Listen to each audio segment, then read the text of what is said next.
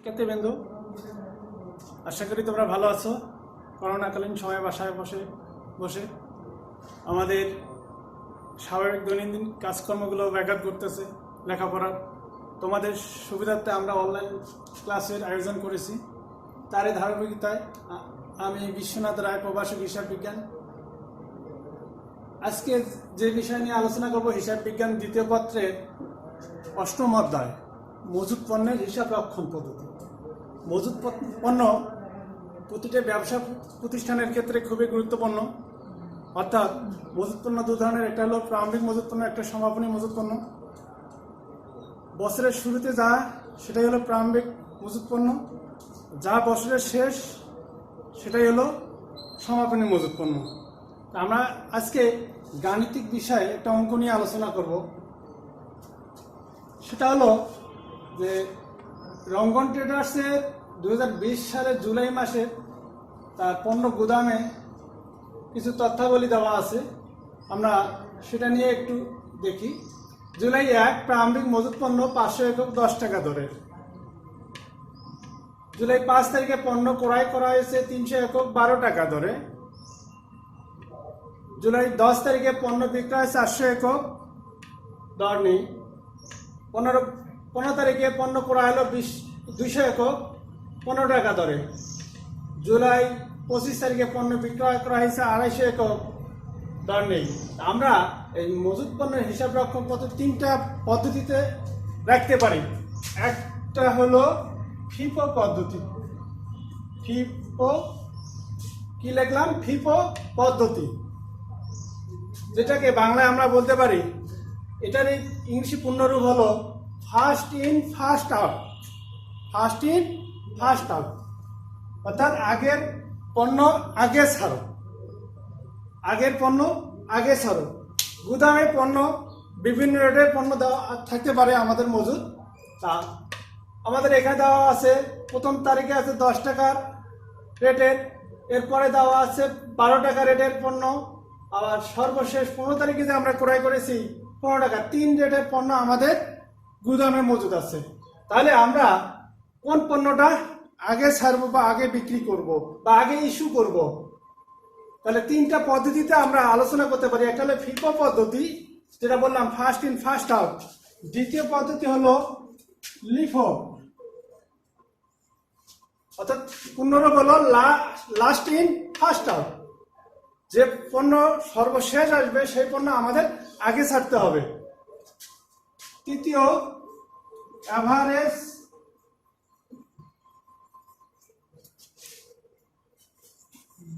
Method পদ্ধতি, wait average method পদ্ধতি। Wait average method পদ্ধতি, ভারযুক্ত গড় পদ্ধতি। গড় বুঝি আমরা মোট পণ্যের মূল্যকে আমরা যদি মোট একক দিয়ে ভাগ দিই, তাহলে আমাদের এখানে অ্যাভারেজ আসবে। আমরা আজকে যে পদ্ধতি নিয়ে এখানে গাণিতিক সমাধান করব, সেটা হলো প্রথমত ফার্স্ট ইন ফার্স্ট আউট, আগের পণ্য আগে ছাড় পদ্ধতি। আমরা তোমাদের সুবিধার্থে একটু সফটওয়্যার টেনে রেখেছি, সময়ের সাপেক্ষ ব্যাপার। আমরা আলোচনা করি। সর্বপ্রথম তারিখ আছে, তারিখ হলো 2020 সালের জুলাই মাস। 2020 সালের জুলাই মাস, জুলাই 1। জুলাই 1-এই উদ্ধৃত দেওয়া আছে আমাদের 500 একক 10 টাকা দরে। এটাকে লিখবো আমরা প্রারম্ভিক মজুদ। প্রারম্ভিক মজুদ কত একক? 500 একক। এই প্রারম্ভিক মজুদ আমাদের ক্রয় বা প্রাপ্তির ক্ষেত্রে প্রভাব বিস্তার করে নাই, বিক্রয় বা ইস্যুর ক্ষেত্রে করে নাই, করছে আমাদের যেহেতু উদ্বৃত্ত, আমরা সেম ওই ঘরে উদ্বৃত্তের ঘরে লিখবো 500 একক। ওই তারিখে 500 একক কত টাকা ধরে? 10 টাকা ধরে। মোট মূল্য হলো 5000 টাকা। আমরা আবার একটু আলোচনা করি। প্রারম্ভিক মজুদ আমরা ক্রয় বা প্রাপ্তির ঘরে লিখবো না, যেহেতু এখানে কোনো প্রভাব বিস্তার করে নাই, বিক্রয় বা ইস্যুর ক্ষেত্রে করে নাই। আমাদের উদ্বৃত্ত আগে যা দেওয়া ছিল যা তাই আমরা লিখলাম। 500 একক দর ছিল 10 টাকা ধরে, টাকার পরিমাণ হলো 5000 টাকা। নেক্সট আমাদের যে লেনদেন আছে এখানে জুলাই 5 তারিখে পণ্য ক্রয় করা হয়েছে 300 একক, পণ্য ক্রয় করা হয়েছে 300 একক 12 টাকা ধরে। জুলাই 5 বিবরণ ঘরে লেখব পণ্য ক্রয়, পণ্য ক্রয় বা প্রাপ্তির ঘর আছে আমাদের, যেহেতু পণ্য ক্রয় করলে আসলো গুদামে সংরক্ষণ করব, তাহলে এখানে 300 একক, এককের ঘরে লিখবো আমরা 300, এককের ঘরে কত লিখলাম 300, দর কত টাকা ধরে 12 টাকা ধরে, তাহলে মোট টাকার পরিমাণ হলো 3600। এখন উদ্বৃত্তের ঘরে যাবো আমাদের। 1 তারিখে আমাদের উদ্বৃত্ত আছে 500 একক 10 টাকা ধরে 5000। 5 তারিখে আমরা যেহেতু নতুন পণ্য আসলো 300 একক 12 টাকা ধরে 3600 টাকা, তাহলে এই 5 তারিখ শেষে আমাদের উদ্বৃত্ত কত থাকে সেটাই এখন দেখবো। তাহলে আমাদের পদ্ধতি হলো ফিফো, আমরা কোন পদ্ধতি করতেছি ফিফো, তাহলে আমরা এখানে লিখবো এখন ফিফো পদ্ধতি, ফিফো পদ্ধতি। আমরা যে পদ্ধতিতে অঙ্ক করব সেই পদ্ধতি আমাদের এখানে লিখে রাখতে হবে, ফার্স্ট ইন ফার্স্ট আউট। তাহলে আগের উদ্বৃত্ত আমাদের 500 দেওয়া আছে, আমরা সেটাই লিখে রাখি 500 একক 10 টাকার দরে 5000 টাকা। আজকে ক্রয় করা হলো 300 একক 12 টাকা দরে, 300 একক 12 টাকা দরে 3600 টাকা। তাহলে এই তারিখ শেষে আমাদের যদি উদ্বৃত্ত বা ব্যালেন্স বা জের দেখি গুদামের অবস্থা, 500 একক আমাদের দুই রেটের পণ্য আমাদের গুদামে আছে, একটা হলো 500 একক 10 টাকা দরে, আরেকটা হলো 300 একক 12 টাকা, অর্থাৎ মোট 800 একক আমাদের পণ্য গুদামে রক্ষিত আছে, দুই রেটের পণ্য। সেম কপি টু সেম আমরা কপি টু পেস্ট করতে পারি আমাদের অঙ্কে। যেহেতু 300 একক 12 টাকা দরে করলাম, তাহলে উদ্বৃত্ত আমাদের 500 একক ছিল 10 টাকা দরে 5000, আর 300 একক 12 টাকা দরে 3600 টাকা। নেক্সট তারিখ আমরা আসি 10 তারিখে। 10 তারিখে আমরা পণ্য বিক্রয় করেছি 400 একক, কত একক 400 একক। তারিখের ঘরে আমরা লিখি পণ্য বিবরণের ঘরে পণ্য বিক্রয়, 10 তারিখে পণ্য বিক্রয় করেছি কত একক 400 একক, 400 একক পণ্য বিক্রয় করে আমাদের। তাহলে গুদামে দেখবো মজুদের অবস্থা কি, তাহলে এখানে দুই রেটের পণ্য আছে, সেহেতু আমাদের নিতে হবে কোন পদ্ধতি করতেছি first in first out. First in first out পদ্ধতিতে আমাদের বিবেচনা করতে হবে যে 500 একক যে আছে 10 টাকা সেটাই আমাদের আগে ছাড়তে হবে। তাহলে আমরা ওই 500 একক থেকে পণ্য ছাড়বো যেহেতু 400 একক, তাহলে আমরা লিখতে পারি বিক্রয়ের ঘরে 400 একক, বিক্রয় ঘরে কত একক লিখবো 400 একক লিখবো। কত রেট নেই, এখন রেটটাই আমাদের নির্ধারণ করা হবে এই পদ্ধতির মাধ্যমে। কোন পদ্ধতিতে আমরা অঙ্কটা করতেছি, আমরা যেহেতু ফিফো পদ্ধতিতে অঙ্ক করতেছি ফার্স্ট ইন ফার্স্ট আউট। আমাদের প্রথম কোন রেটের পণ্য দেওয়া আছে, প্রথম দেওয়া আছে 10 টাকা রেটের, তাহলে এই 10 টাকা রেটের পণ্য দরের পণ্যই আমরা আগে ছাড়বো এই 400 একক। তাহলে আমরা লিখতে পারি এই 10 টাকা রেট, টাকার পরিমাণ 4000। উদ্বৃত্তের ঘরে আসি, আমাদের পণ্য চলে গেল, ইস্যু করলাম, আমরা অনেক সময় বিক্রয়কে ইস্যু বলে থাকি, তবে একটু এখানে পার্থক্য আছে। আমরা ইস্যু করলাম 400 একক, 400 একক 10 টাকা দরে, 400 একক 10 টাকা দরে, তাহলে টাকার পরিমাণ হলো 4000। এখন অবশিষ্ট আছে কত, আমরা 10 টাকা রেটের পণ্য যখন ছাড়লাম সেই ক্ষেত্রে আমাদের মজুদ ছিল 500 একক, তা 500 একক থেকে আমাদের চলে গেল 400 একক, অবশিষ্ট থাকলো কত একক 100 একক। এই উদ্বৃত্তের ঘরে বা ব্যালেন্সের ঘরে বা জেরের ঘরে আমরা সেটাই লিখবো। এখন উদ্বৃত্ত আছে আমাদের 100 একক 10 টাকা মূল্যের 1000 টাকা। যেহেতু 300 একক এখনো আমরা সেল করি নাই বা ইস্যু করি নাই, অনুরূপ ভাবে কপি টু পেস্ট আমরা লিখে রাখতে পারি, সেম কপি টু পেস্ট, অর্থাৎ যাহা আছে তাহাই আমরা লিখব 312 টাকা 3600 টাকা। মোট টাকার পরিমাণ 3600। 300 একক যেহেতু আমাদের ইস্যু করা হয়নি বা বিক্রয় করা হয়নি, আমাদের গুদামে ওই অবস্থায় পড়ে আছে, সংরক্ষণ করতে হবে আমাদের। তাহলে উদ্বৃত্তের ঘরে আমরা লিখব 500 একক থেকে চলে গেল, ইস্যু করা হলো বা বিক্রয় করা হলো কত, 400 একক, উদ্বৃত্ত থাকলো 100 একক। আশা করি তোমরা বুঝতে পারছো।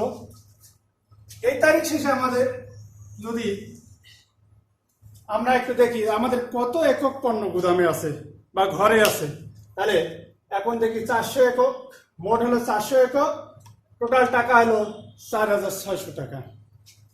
নেক্সট 15 তারিখে আবার নতুন পণ্য ক্রয় করা হয়েছে। 15 তারিখে নতুন পণ্য ক্রয় করা হয়েছে 200 একক। কত টাকা ধরে? 15 টাকা ধরে।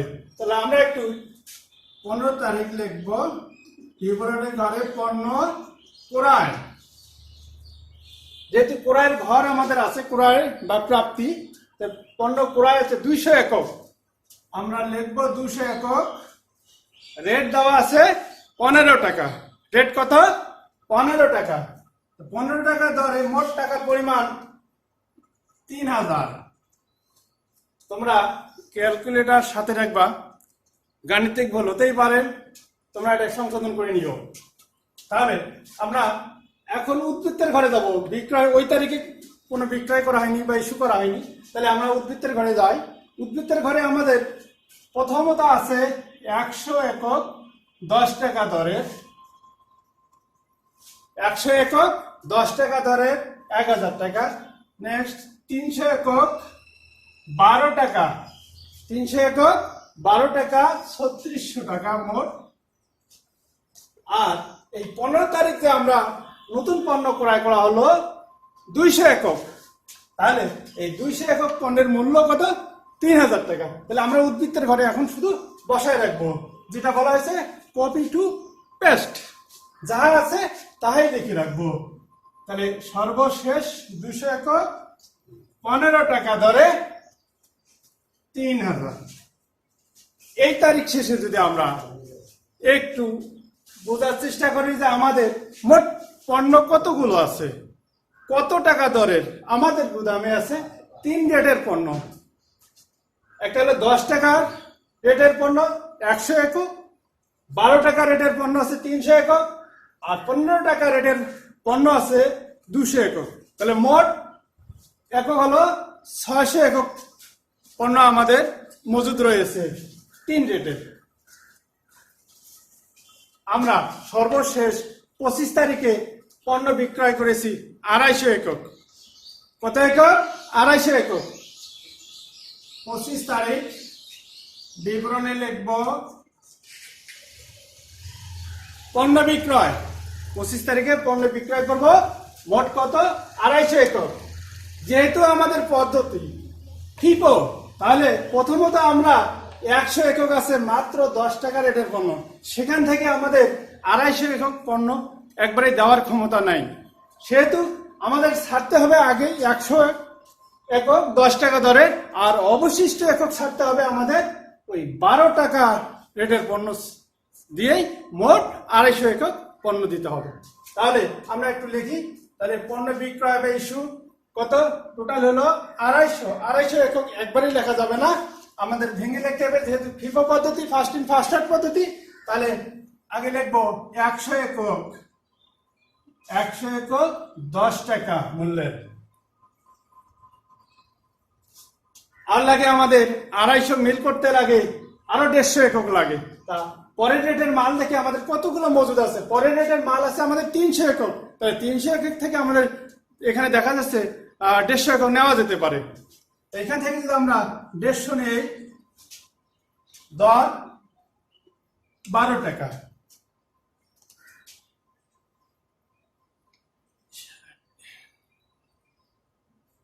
1800। তাহলে 150 একক যদি আমরা পণ্য নেই এখানে 12 টাকা রেটে, তাহলে টোটাল হলো আমাদের যোগ করে দেখতে আসছে 250 একক পণ্য আমরা কি করলাম? বিক্রয় করলাম বা ইস্যু করলাম। অবশিষ্ট থাকে কত? তাহলে উদ্বৃত্তের ঘরে আমরা দেখি 100 টাকা রেটের পণ্য আমরা সেল করেছি, তাহলে উদ্বৃত্তের ঘরে আর সেখানে অবশিষ্ট নেই। আর 300 একক থেকে আমরা পণ্য নিয়েছি কত, 150 একক নিয়েছি, তাহলে সেখানে আমাদের অবশিষ্ট পণ্য আছে আমাদের কত, 150। তাহলে আমরা এখানে লিখতে পারি 150 একক আছে 12 টাকা রেটের, 1800 টাকা। যেহেতু 200 টাকা রেটের পণ্যে আমরা এখন পর্যন্ত কোনো বিক্রয় করিনি, সেহেতু 200 একক 15 টাকা দরে, 200 একক 15 টাকা দরে মোট হলো 3000 টাকা। এই হলো রঙ্গন ট্রেডার্সের পণ্যের গুদামে মজুদ এবং ক্রয় বিক্রয় সংক্রান্ত বিভিন্ন তথ্যাবলীর আমাদের একটা সারমর্ম বা সারাংশ। আমরা যদি এই 3 পদ্ধতির এক পদ্ধতি আজকে আলোচনা করলাম, কি পদ্ধতি, ফিফো পদ্ধতি, অর্থাৎ ফার্স্ট ইন ফার্স্ট আউট, আগের পণ্য আগে ছাড়ো। তাহলে এখানে শিক্ষার্থী বন্ধুরা তোমরা একটু খেয়াল করবা যে অঙ্ক করার আগে কোন মেথডে অঙ্ক করব। যারা এবারে 2020 সালের পরীক্ষার্থী আছো তাদের জন্য এই অধ্যায়টা খুবই গুরুত্বপূর্ণ। এই অধ্যায় থেকে অবশ্যই একটা অঙ্ক আসে, ফিফো পদ্ধতি হোক, লিফো পদ্ধতি হোক বা ওয়েট অ্যাভারেজ পদ্ধতি হোক। তা নেক্সট ক্লাসে হয়তো বা আমরা লিফো পদ্ধতি নিয়ে আলোচনা করব। আজকে যে পদ্ধতি নিয়ে আলোচনা করলাম ফিফো পদ্ধতি, অর্থাৎ ফার্স্ট ইন ফার্স্ট আউট পদ্ধতি, এই পদ্ধতিতে আমাদের গুরুত্ব দিতে হবে যে আগের যে রেটের পণ্য আছে সেই পণ্যটা আমাদের আগে ছাড়তে হবে, নেক্সট তারপরে কথা চিন্তা করতে হবে। তাহলে আমরা আরেকটু প্রথম থেকে আসি। আমরা এই 1 তারিখ, 5 তারিখ, 10 তারিখ, 15 তারিখ, 25 তারিখ এই কয়েক তারিখে আমরা প্রথমত ছিল প্রারম্ভিক মজুদ। আমরা উদ্বৃত্তের ঘরে লিখি 500 একক 10 টাকা দরের মোট টাকার পরিমাণ হলো 5000।